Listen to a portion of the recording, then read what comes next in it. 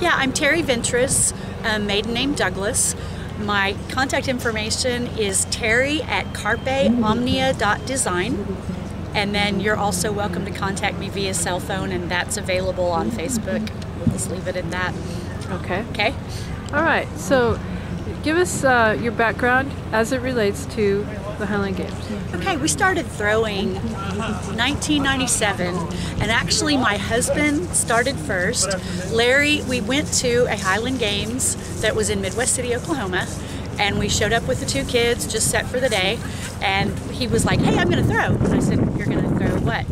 Because I had no idea what he was talking about, but he'd already been talking to some of the athletes, and you know how friendly the athletes are. So he starts, anyway, bottom line, he ends up throwing that day. He ended up winning the C class, making a lot of friends that we still have to this day, very, very good friends. And he's like, okay, Terry, you've got to try this too. Well, that day there were two women throwing, and the first two women in our area were Marty Rathbun and Lori Myers. Well, neither one of them have continued throwing, but we still keep in contact with them, and I'm hopeful still yet that they'll come back as Masters athletes one of these days. But it's just one of those where we made, like I said, such good friends even that first day that we continued, started practicing weekly, driving to Tulsa every Saturday from Oklahoma City, so hour-and-a-half drive up at the, crack of dawn with the kids. There we went, but we were doing that every week, and really very fortunately we ran into people like Mike Smith, Dave Brown, Dan DeWelt was instrumental. He was basically the one leading that practice group, but we were very, very fortunate to have good technical people involved that helped us. And from that point, it's just been, almost like we're on crack. Neither one of us did college sports. Both of us did sports up until that time. I'd always thrown, but run track and field, that kind of thing, but again with no instruction. I played basketball, volleyball, softball, you can just go on and on. I swam competitively. It's like we'd done all these things, but instruction was kind of mediocre. So here we're learning from scratch as adults, both working jobs, actually going to school as well. That's a whole other level of insanity. But we did that for so many years, and it's one of those, I think, again, being exposed to people with the right techniques got us to where we were competitive fairly quickly. And so then we started traveling and expanding, and then realizing that there were people like us all over the country, all over the world, and we've just had so much fun with it from there. Awesome. Yeah. And so your family was involved. Do any of your children throw? They both grew up throwing, and then Larry's little boy as well. My son, funny story, can literally do the spinning events either-handed and within inches of himself. It's like he can throw the weight for distance and do it the other hand, and we watch him because I still can't do that. So it's kind of amazing to me, but yes, they grew up throwing. They had their own little implements, so it's been a big part of the family. And of course, there are all the stories from them being on the field or near the field while we were at events. You get very good at turning it on and off because you have to. But we also have that really supportive community where all of the other throwers and parents would help raise our kids as well. So they helped look out for them while we were competing, and without that you couldn't have done it. Yeah. So from my perspective as a female thrower, everybody looks to you and looks up to you as one of those giants in the female thrower category. What advice would you give current and new throwers that are women? I guess the first thing is that I'm humbled by that. This sport is all about being a better version of yourself and doing what you can do to improve. And I guess that's the thing, like you said, it applies universally, applies to all of us. Doesn't matter if we're working, going to school, have kids, whatever, you still can devote some time and end up basically doing a lot for yourself, which women specifically aren't very good at doing a lot of times. Right? Amy's giving me the thumbs up. But it's just one of those things I know personally, and I was actually talking with another new thrower this morning. She's actually she's getting ready to go to law school, has small children, just started throwing, but we tend to put ourselves on the back burner, and so this is something that you can literally spend the time investing in yourself, making better work habits as far as your personal work ethic and training and that kind of thing, making sure that you're eating better, and even, you can tell that really gets to me, we all had to learn this the hard way, but just all of the little things that we do that are but they all add up to make big changes going forward. And That doesn't matter if you're male or female. It's just that the females, we tend to be much worse about putting ourselves first, or at least at the top of the priority list. Maybe we shouldn't be first, but we should be up there. We tend to put ourselves very bottom, and that's just kind of a natural, unfortunate. Anyway, so it's one of those things where I just feel like it's something that we can do to better ourselves, to give us focus on, again, improving and continuing to grow and learn and just be more every day. That's kind of the whole point. I mean, that's why we're here, right? Mm-hmm. To be more every day. Yeah. You bet. What would you say are some of the biggest things that you personally have learned from being a throwing athlete, a Highland Games throwing athlete? Let's see. The most profound lessons that you have learned by participating. You know, when you think profound, it's one of those, there are so many good lessons. I love the way that the Highland Game athletes help each other. I love the way they coach each other. I feel like it's always more than just about you. But a minute ago, I mean, it's almost like there's two different sides of this coin. I was talking that it's like something you can do to make little changes that add up to big changes that help you tremendously. I think that's something that I've also taken away. It's very important to care for yourself. And again, that's not something that we're really taught to do. Oftentimes women are taught that it's all about everybody else, and I feel like there should be both, which again, doesn't matter. I mean, it's not really taught. The thing that gets me is we talk about balance a lot, and I've learned that balance is a lie. If you are truly going to set goals and accomplish those goals, it's important that other things slide. And you have to learn what you can let go. And I'm actually paying for that still yet. Start talking taxes or personal documentation. It's like you just learn you can't do it all, and you have to really be selective. And so when people talk about balance, I think we all try to juggle and balance and do the best that we can, but literally other things are going to suffer. Either the house maintenance, I mean, you can't do physically everything you need to do. You're going to have to focus to succeed. And again, success is self-defined, so that's another kind of profound tangent we could go off on. You know, what is success? I feel like I've had a successful career, yet I know that it could have been more successful in a lot of different ways. There's so many things that I still could learn that I haven't, but yet, you know, you go and you learn and you grow, and I guess so you start looking, you know, what's the meaning of life? I don't know that I can tell you that, except that it's just to be more every day and to learn more and to do more. And I feel like in that way we've been very successful, and we continue to be. So as a sport, I actually see things getting more unified, which, you know, you go back 20 years, there were a lot of events you can go to, you can test sheaf, or you can just go on and on.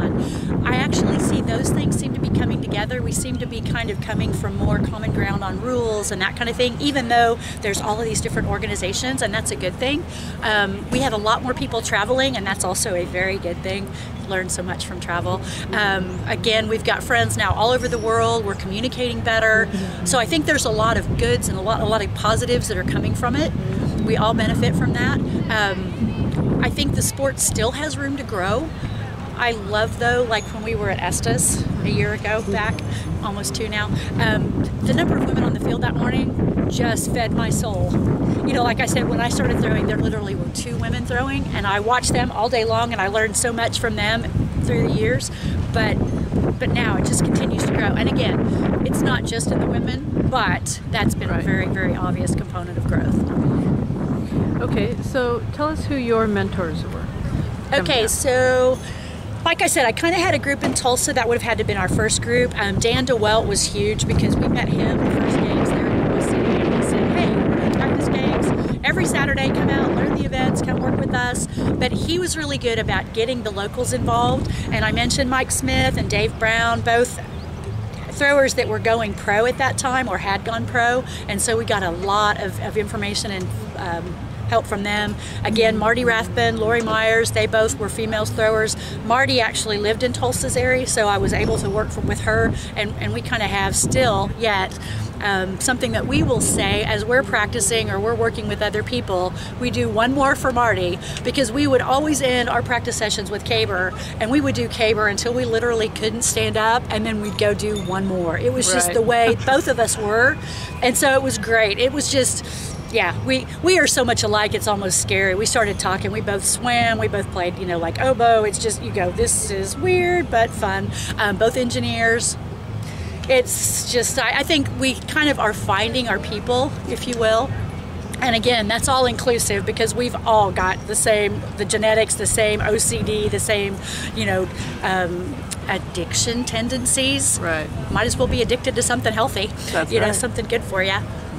Okay. But so all of those fall into that group. I've had a lot of other mentors over the years. Probably the most impactful lately has been James Bullock, my trainer, and he and I have been working on nutrition and preparation and just all of the things that roll in to make a successful competition. And I've probably learned as much from him, and then I know I've taught him as well. And then I would be remiss if I didn't mention Larry. My husband Larry is like the best technician, has always been that way. He's a really good teacher. So I started powerlifting with him about the time that we got married. So we've been doing that for nearly 30 years. I started weight training when I was like 12 or 14, but it was Nautilus, so it was only kind of weight training.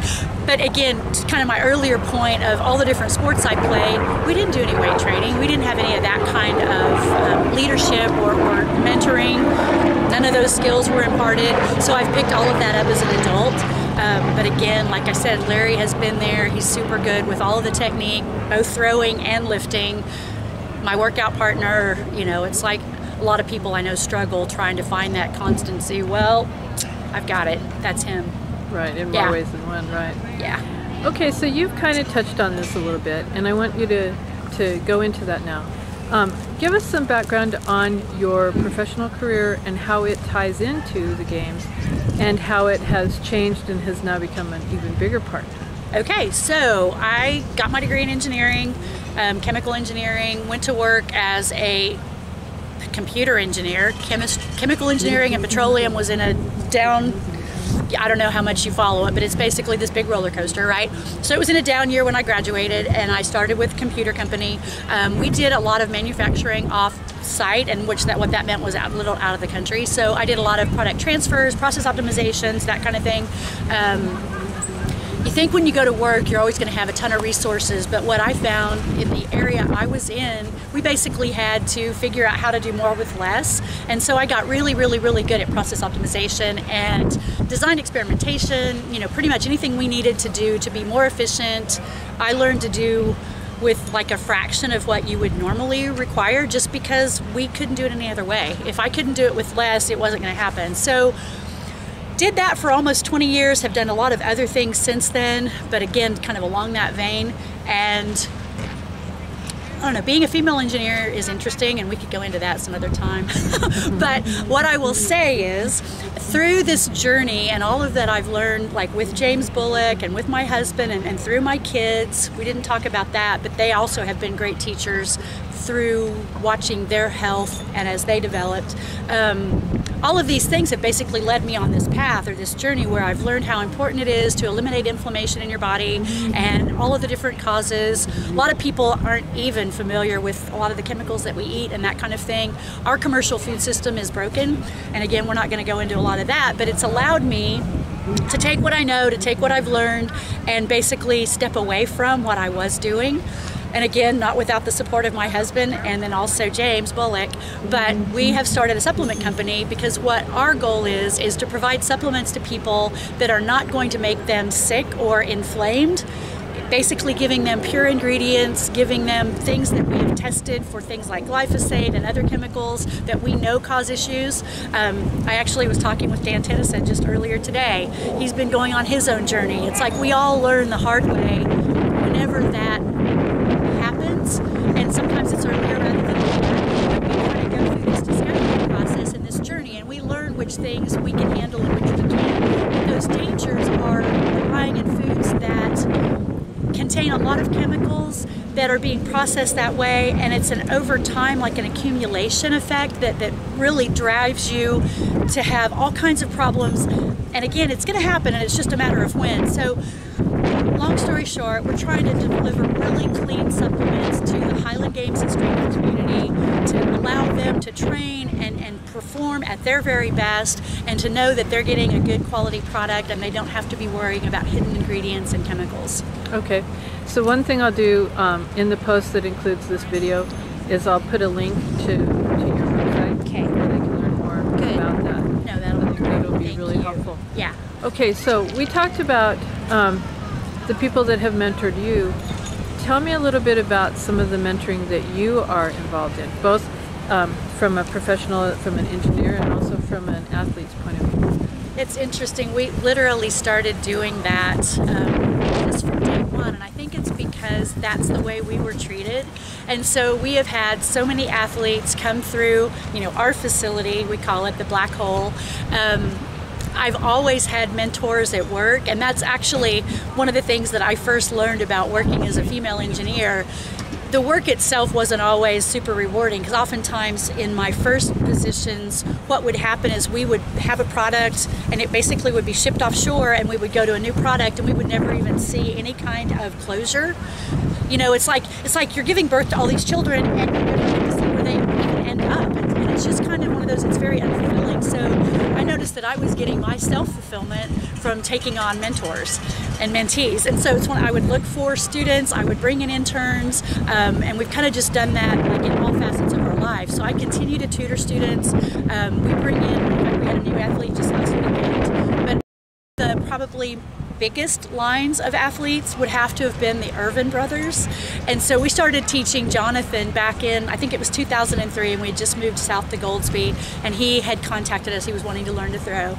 And so he came out several times to our place then, and we were showing him all the form. Well, Jonathan has had a very successful career. His brother Jeremy has been a very successful lightweight thrower. It's one of those, and you just see it. They actually did something really cool at the Iron Thistle maybe 2 years ago. 3, Jonathan started showing like the whole chain that had perpetuated from that was just one of the chains from us. And it's just, I don't know, it's one of those things again, it just fills your soul, makes you realize that you've helped other people just by helping one, and it just continues. So it's one of those multiplication efforts, but we've had lots of folks come through. Dan Tennyson's been out. It's one of those, he goes to Glasgow's repeatedly, and I mean Dave has folks out virtually every Sunday, so it's like, again, just something that's pretty inherent in the community. But we continue to do it. Don't need to sit here and count off people, but right. But it's just, it's so fulfilling to see, and especially now when we're not able to throw as much, you again see that all of your efforts have done some good. Yes, they have. Yeah. Okay, so if we're at the festival here, right, and if a bunch of new people walked up to the fence and said, tell me more, how do I get involved, what's required, how would you answer that? I tell you what I usually do is I give them a business card, and I just tell them, I said, here's this, you can contact me, text me, Facebook, whatever, but I literally get them hooked up with somebody local, and I will go find those people. So like obviously here we've got the Presleys, we've got Dan Tennyson, we've got Dave, who's not from too far away, but get them hooked up, and so literally they can come out and they can try it. We've even done stuff on site. It just depends which games you're at, what's allowed, and again, what time of day, because obviously we're not going to go do anything right now, but if it were later in the afternoon, we might. So you can kind of sneak that kind of stuff in, but always just make sure that they've got contact information, and then of course you can tell them all that they'll listen to. Right. But you can tell them, give them more information about the events, tell them about where we have other games that they can come watch or see or try. Usually it's just trying to get them here. I've got the fellow that came last weekend, great guy, picked things up so quickly, and he's telling me his great plan is to wait a year before he competes. And I'm like, you could. And it's really good because he wants to do everything just right. But I said, most of us just kind of do trial by fire. And you don't want to, you don't want to do things wrong. But at the same time, you want to learn how to do them and kind of get familiar with people so that you can actually get into the community, start kind of establishing your practice folks, and again, figuring out what works for you. Because we've opened up our home to this fellow. He happens to be a local policeman, SWAT team member. It's like we've told him, like we've told others before, the dogs know you, you know where the equipment is, come through.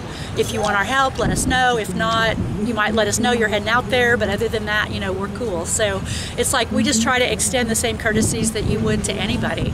But we've had really good luck doing that too. Okay. Yeah. And so are you a judge? I've never been certified as a judge. I have judged, obviously, but it's one of those, I have been competing until just very recently, but. Okay. And how did you become involved in being an athlete director?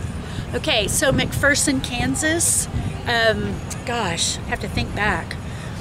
Probably 2003-ish, 2004. The previous director, Al Myers, was stepping away, and so they were looking for somebody to take over. And Dave and Gunner, again, live in Winfield, so they're not in McPherson either, but they were close enough that they said, you know what, if they can't find anyone else, we'll do it. And they asked if we wanted to help. Well, it's interesting because Dave didn't start throwing until a couple of years after us, and he'll tell people that I'm the one that taught him the sheaf. He's like, I learned everything I needed to know about sheaf by watching you at Kansas City. And for about 10 minutes, I had the women's open world record when I was like 39, sorry. Wasn't quite 40. But anyway, I did have it for about 10 minutes, and then somebody from Colorado beat it, you know, like 2 weeks later, and it just kind of kept going, and it's been going up ever since. But I guess the point is he was really observational, and we got to be great friends. So when we went over to Scotland the first time in 2000, he said, hey, you know, we're thinking about going over to Masters Worlds too, but they've never even traveled out of country. And so he and Gunner, they came with us, and we just had a blast. And it's one of those, you know, I do a lot of history and genealogy and that kind of thing too, and so I had certain places I wanted to see, and we'd all go together, and then I would be giving him a little bit of the history background, and he was just kind of amazed. But I love to read, I love to learn, and it's just another one of those things that you do in all areas of your life, and it kind of all goes together, and then you start realizing why there's a reason that we're the way we are. Yeah, genetics or whatever you want to call it. Right. Okay, and so if you're in a room with current athletes, men, women, all ages, all capability, what would you recommend to them about the sport that they're in to become better, to get more out of it? I think the first thing that I would tell you is to utilize all your resources. And the thing that I see that's really, really changed is there's so many people now starting out. And the key point that a lot of people miss is there are a dozen ways to skin a cat. So go find somebody that's been very successful that looks like you. And what I mean by that is somebody that's built like you. Because I think back to the Barron brothers and Mike Smith as good examples, and they were pros, going pro in the late 90s. And the Barron brothers, they might hate me for this, but they looked like twin surfer dudes at the time. They were lean and lanky with long blonde hair and levers out to here. You know, it was just one of those things. They were so obviously built different than the other pros, and yet they competed with them and hung right there. Mike Smith, on the other hand, not super tall, had started out pretty lean and maybe 225 to 250, eventually got up near 300 pounds, so he was a big boy. He actually, we've watched him lose some flexibility, and that's one of the things that you don't realize is there's this huge trade-off. You know, you've got to be fast, you've got to be strong, you've got to be flexible, powerful, but you can't be all those things at once. And as you get stronger, it's important to keep your mobility and flexibility. And so again, young people don't oftentimes realize that, and they'll go full bore into the strength mode. And that's really good for some things. Like all of a sudden you're going to be a much better caber tosser and maybe much more powerful on the sheaf, but your hammers may suffer. And that's where, again, find somebody that's like you. They are going to have similar body mechanics. They're going to have similar techniques, and focus on those things. And I think the other big thing I would say is don't be afraid to not listen to everybody, because, and I don't mean this badly, I'm just going to try to be blunt, but there's an awful lot of free advice given, and it's not a bad thing because it always comes from a place of really good intent. but just realize that people may be trying to help you and they may know exactly what you're doing, but they may not be able to communicate to you in the right way to get you where you need to go. So it's one of those, you kind of have to learn that on your own, and you have to learn what works for you. So that's where I'm kind of back to that full circle again. Find other people that look like you, that are built like you, and throw well, and emulate them. And I think you're going to get to that end result so much faster. Because I can remember people telling me like to slow down on weight for distance all my life, and it's like, they're not wrong. But I will also tell you that I'm not super explosive, and what I've got going for me is levers, and those levers take a while to get going. And so I basically learned the faster I could start, the better I could throw, and I might not have the best technique, but again, sometimes it's technique be damned. Sometimes, like at a games, like for especially, I would say at a games, you really shouldn't be working on technique. Video, like we talked about, is perfect. Video your throws, go back and look at what you've done, look at what you need to improve on. But really a games is not the place to work on that. You just, sometimes you want to get up, and we used to use the Burchettes as an example, but Emily, you have to know the backstory a little bit. When she first started throwing was only 14, and she had been throwing with her father and her family, and so obviously they've done very, very well. But her technique was pretty much wild, unbridled wild, and so we would tease about getting up and burchetting one, but what we meant is just go full out. Get out there and give it all you've got. You can't be worrying about every little thing. You've got to rely on your muscle memory and then try to put as much as you can into that. And if you're worrying about technique, you can't do all those things at once. So I guess those three things. Learn from people like you. Don't be afraid not to listen. And then go for it at the games. Don't worry about your technique then. Okay. So what's next? For me? You know, I'm really not sure. There's a lot of things going on physically, and we've talked a little bit about that. I've got a shoulder that's going to be bionic soon. I literally have thought about maybe bicycling, like doing some bike racing, but obviously we've got the supplements and the supplement company, and that's taking a lot of my efforts right now, so that's going to be my focus. But as far as training, I'm still training just as hard as I can. There's just some things that I physically can't do right now, like raise this arm. It just won't. So it's again, you know, it's like overhead stuff is restricted, but I'm still doing everything that it will allow me to. My legs are getting in pretty darn good shape, and I just keep thinking, well, what can I do? Irish dancing and bicycling. So I could even go back to my Irish dancing. Who knows? I love that too. All right. You didn't know that about me, did you? No, I didn't. I do. I love, especially the hard shoe. Oh my gosh. Yeah. Okay. It's like, I got him out the other day. That's right. Dancing's important. Yeah, well, I love it. So yeah, it's just a good release. All right. So final words. Yes, final words. I just say be the best you can be. And define what that means. You know, you define your own success, you define how you get there, you define your path. I just say, don't be afraid to say no. Don't be afraid to focus. Don't be afraid to get out there and really go for it.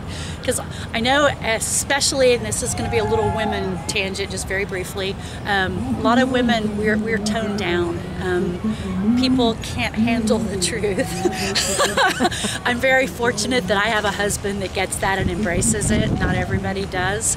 And I'm intense. It's one of those things, you know, you have to learn to make that work too. I had a little episode this morning, and it's, you know, it's just one of those things when you've got to get things done, you've got to get things done. But I'd say go out there, get after it, realize you've got all kinds of resources. Lots of us have been there before. You don't have to re-pioneer this. You know, it's like, let folks help that can, and you'll get there even faster and do even more. Excellent. Yeah. Thank you very much. Thank you, Linda. I love you.